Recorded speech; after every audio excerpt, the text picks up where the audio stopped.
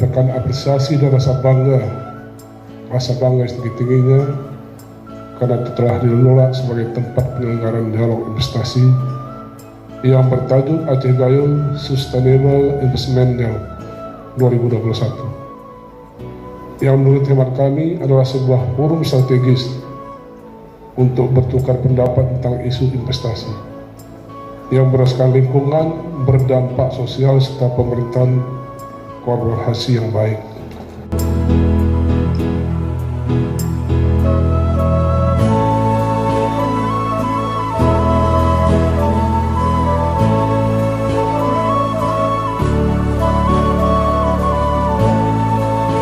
Tiga, dua, satu.